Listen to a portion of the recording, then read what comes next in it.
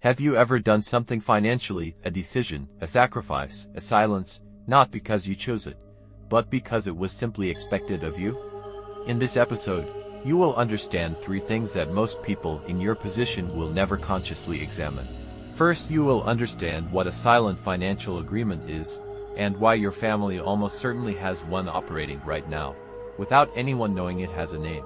Second, you will understand the psychological mechanism that enforces this agreement, and why breaking it feels like betrayal, even when you know it shouldn't. Third, you will understand how the wealthiest first-generation builders in history approached this exact problem, not with cruelty, not with abandonment, but with a specific kind of structural clarity that most people mistake for coldness.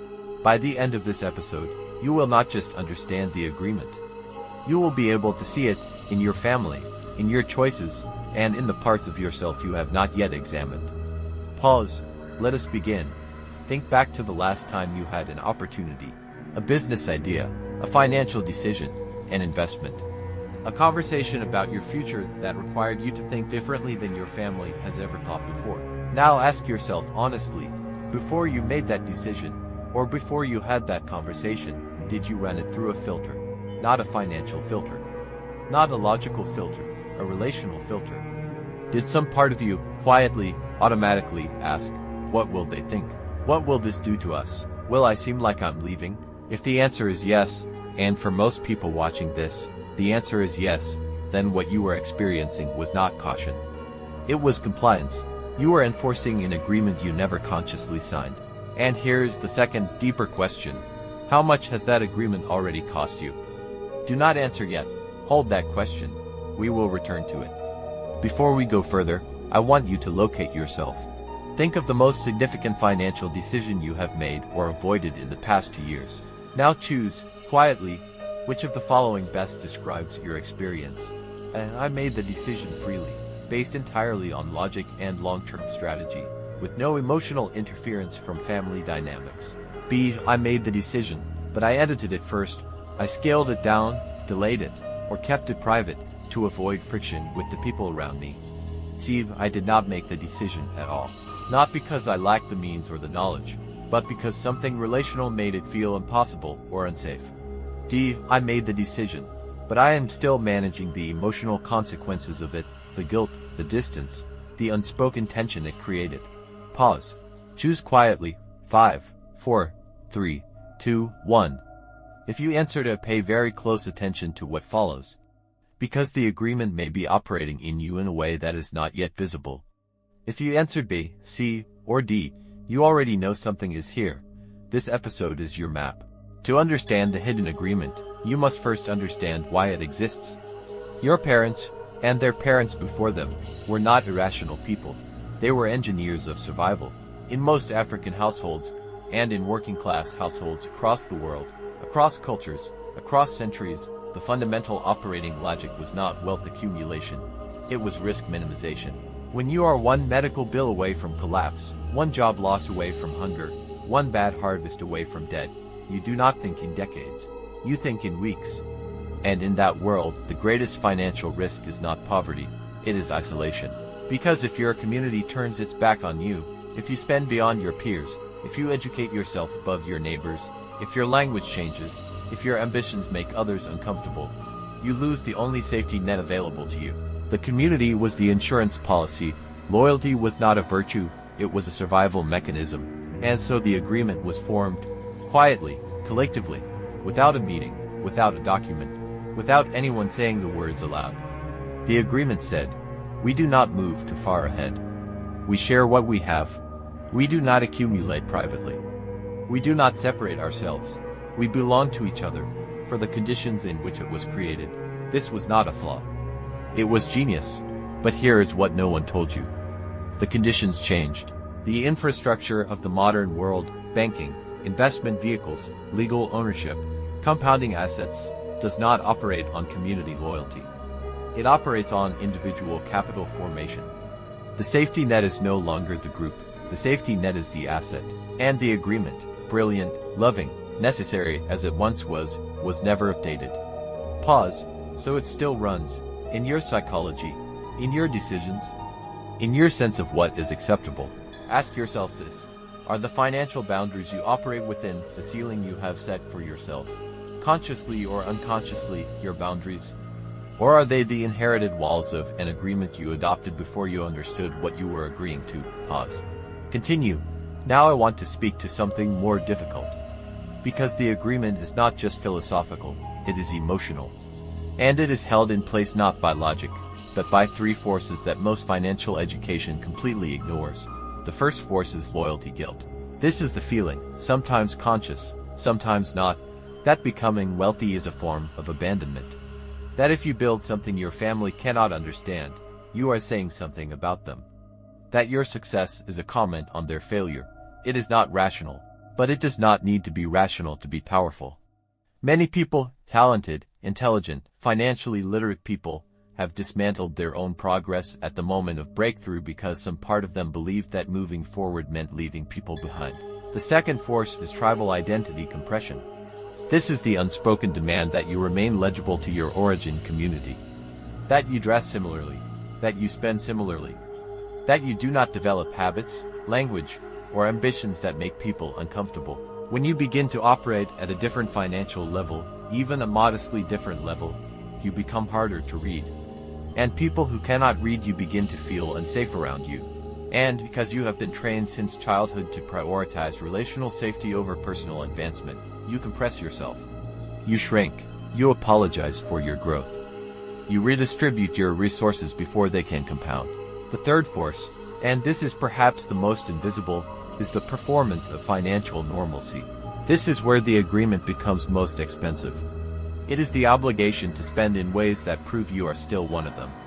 The party that must be bigger than the budget.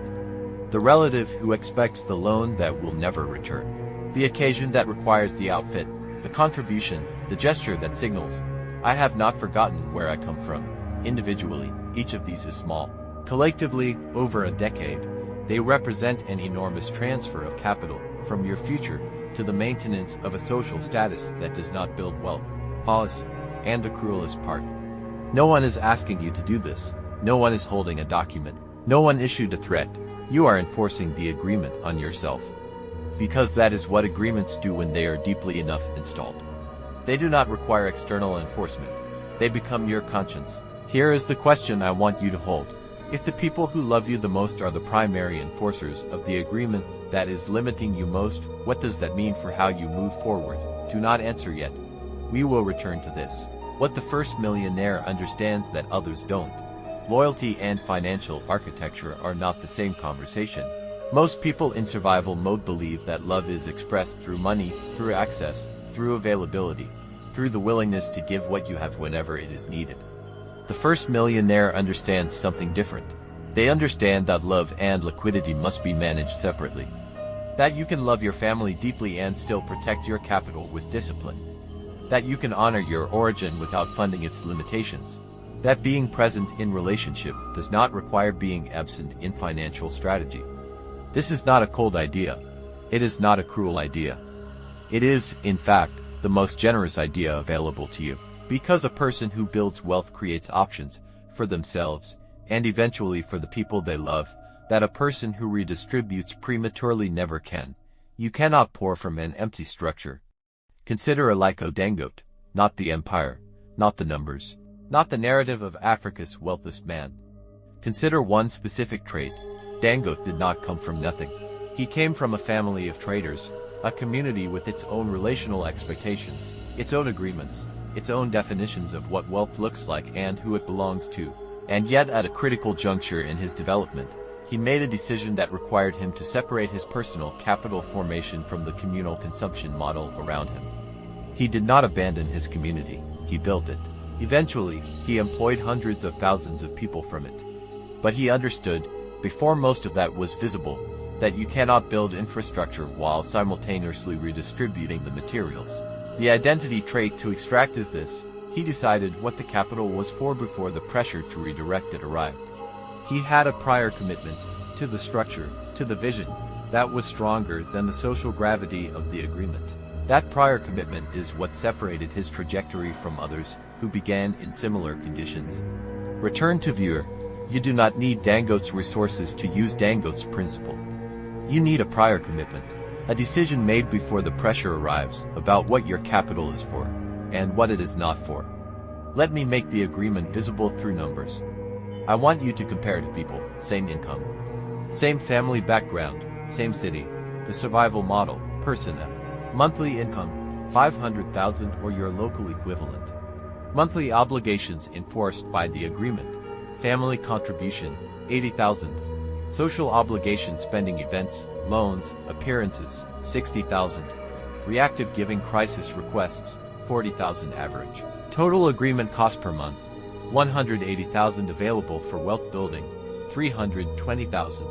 But now subtract lifestyle maintenance, rent, feeding, and in most cases, what remains for actual asset acquisition is negligible. Over 10 years, at zero investment return, person A has transferred approximately 21,600,000 to the maintenance of the agreement. Not to family love, not to genuine crisis, to the performance of the agreement. The builder model, person B, same income, same family background. Person B makes a prior commitment, automated investment, 100,000 per month. Family contribution structured, not reactive, 50,000. Social obligation budgeted, not guilt-driven, 30,000. Total agreement cost per month, 80,000 invested per month, 100,000. Over 10 years at a conservative 12% annual return, 23 million in accumulated assets. Pause. Same income, to different agreements. One is building a bloodline, one is maintaining a social performance. If nothing about your relationship with the agreement changes, if you continue managing money the way you are currently managing it, where does your financial life sit in 10 years? Not where you hope it sits, where the mathematics says it sits. Earlier I asked, if the people who love you the most are the primary enforcers of the agreement that is limiting you most, what does that mean for how you move forward? Here is the answer. It means that your transformation will not be primarily financial. It will be relational. It will require you to develop the capacity to love people well, genuinely, warmly, with full presence, while simultaneously refusing to let that love be administered through your financial architecture. It means learning the difference between helping a family member and funding the agreement. It means understanding that your most powerful contribution to your family is not the money you give them today. It is the model you become. It is the structure you build. It is the child, the niece, the nephew, the cousin who watches you and understands, for the first time in your family's history, that this is possible. That is the real answer. Moving forward does not mean moving away. It means moving with purpose, in a direction the agreement was never designed to go. Let's consider this framework called the covenant audit framework. A covenant is deeper than a contract. A contract is signed. A covenant is absorbed. It becomes part of how you see the world, and more importantly, how you police yourself. The covenant audit is a structured process of making the invisible visible. It has 4 stages. Stage 1, identification. Write down every recurring financial behavior in your life that was not consciously chosen. It was simply inherited or expected. This includes regular giving patterns, social spending obligations, the way you speak or don't speak about money in family settings, the ceiling you have unconsciously placed on what you are allowed to accumulate. Do not judge these yet, just name them. You cannot renegotiate what you cannot see. Stage 2, origin mapping. For each behavior identified, trace it backward. Ask, where did this pattern begin? Who modeled it?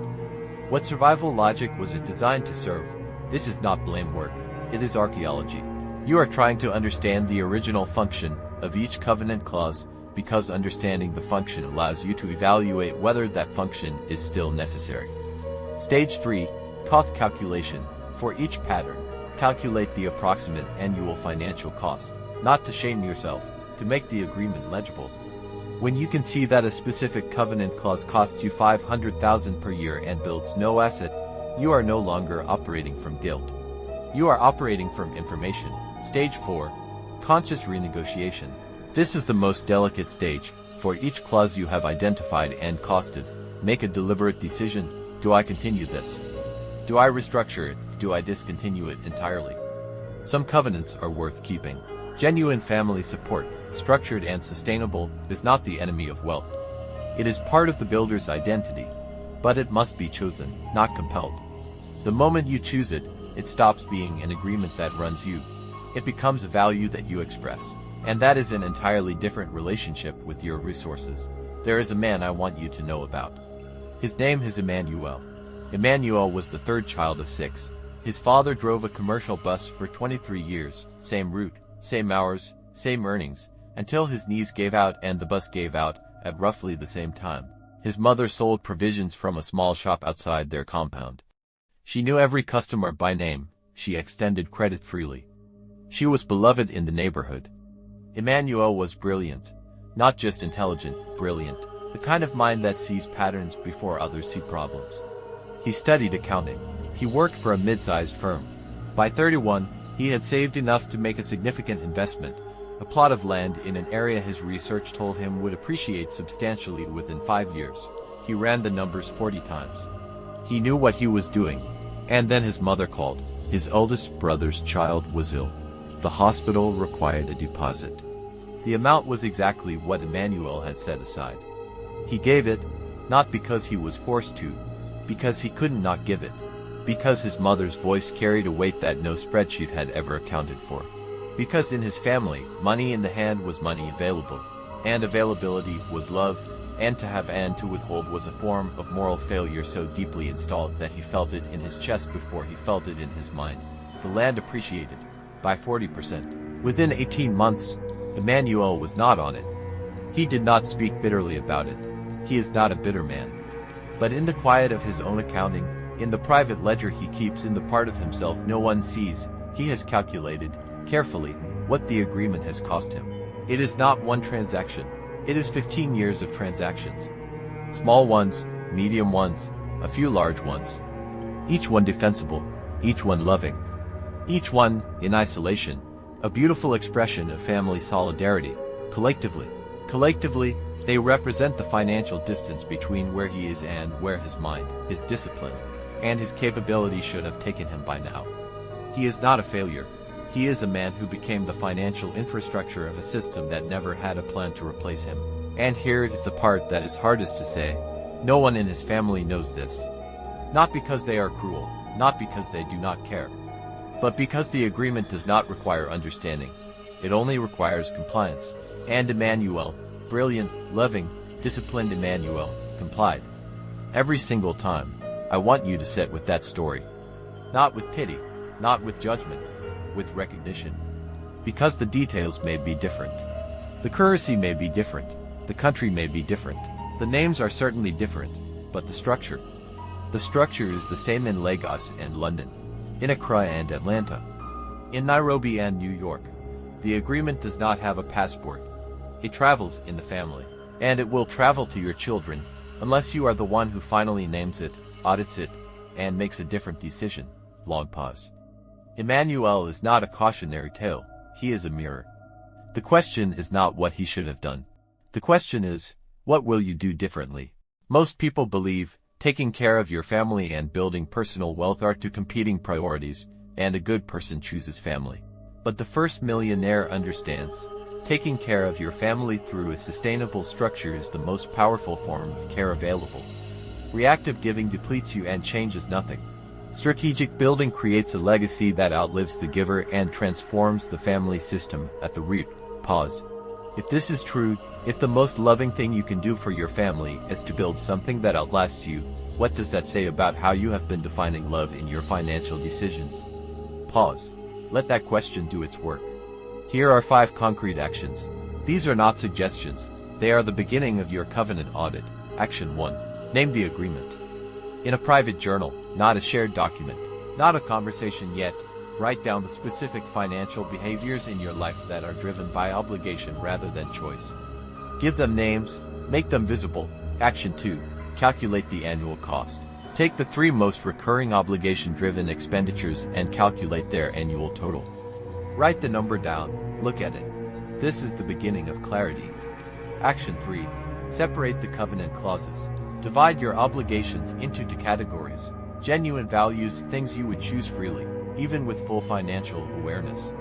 Agreement compliance, things you do because the agreement demands it, not because you chose it. This distinction is not about stopping one and continuing the other. It is about understanding which is which. Action 4. Create a prior commitment. Before the next pressure arrives, before the next request, the next occasion, the next crisis, define, in writing, what your capital is for. Automate a portion of your income toward that commitment. Make the commitment harder to redirect than it is to honor. Action 5. Begin restructuring the narrative. You do not need to announce your transformation. You do not need a confrontation. But you need to begin telling a different story to yourself, first about what money is for in your hands. Not a selfish story, a strategic story. One in which your family's future is the purpose of your discipline, not the casualty of your compliance. Everything we have explored in this episode, the structure of silent agreements, the psychology of covenant compliance, the mathematical model of survival spending versus builder accumulation, is examined in complete architectural detail in The First Millionaire in Your Family. The book does not offer inspiration, it offers a system. A multi-year blueprint for restructuring not just your finances, but the identity and relational framework from which your financial decisions emerge. If this episode raised questions, and it should have, the book is where those questions meet specific, practical, sequenced answers. Before we close, one final question. What agreement are you currently honoring that you have never consciously reviewed? Not in your family, in yourself, the voice that tells you how much is too much to accumulate. The feeling that arises when you consider investing before giving. The discomfort you feel when you imagine your finances becoming genuinely private, protected from access, protected from expectation. Where does that discomfort come from? Pause. Whose voice is it? And is that the voice you want managing your financial future? You did not choose the agreement, but you have been choosing, every day, whether to continue it. That is the distinction that changes everything. Because choice, conscious, examined, deliberate choice, is the beginning of architecture, and architecture is the beginning of legacy. You are not here to perform financial normalcy. You are not here to maintain a system that was designed for survival, not prosperity. You are here to build something that has never existed in your family before, not because your family failed, because you are the one who arrived with the conditions, the information, and the awareness to do what they could not. You are not chasing money, you are restructuring a bloodline. The agreement has run your family for generations. It ran without a name. It ran without a vote. It ran because no one saw it clearly enough to choose otherwise. You see it now. So the only question that remains is this. Are you going to keep honoring an agreement you never signed? Or are you ready to write a new one? Here is the key summary of this episode. 1. Silent financial agreements are not malicious. They are inherited survival mechanisms that were rational in their original context and destructive in the current one. 2. These agreements are enforced not by external pressure but by internalized guilt, tribal identity compression, and the performance of financial normalcy. 3. The annual cost of covenant compliance, calculated honestly, represents one of the most significant invisible drains on generational wealth building. 4. The covenant audit framework, identification, origin mapping, cost calculation, and conscious renegotiation, is the tool for making the invisible visible. 5. Love and financial architecture are not the same conversation. The most powerful expression of family loyalty is not reactive giving, it is the deliberate construction of a legacy structure. Here is the moral lesson.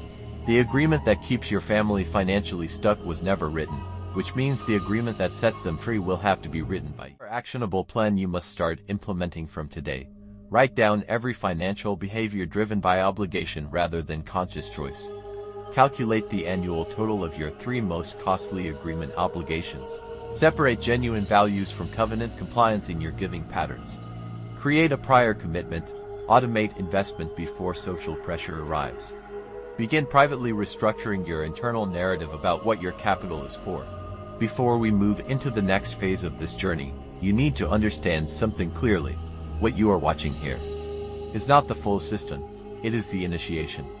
These episodes are designed to open your eyes, challenge your thinking, and begin the shift in your identity.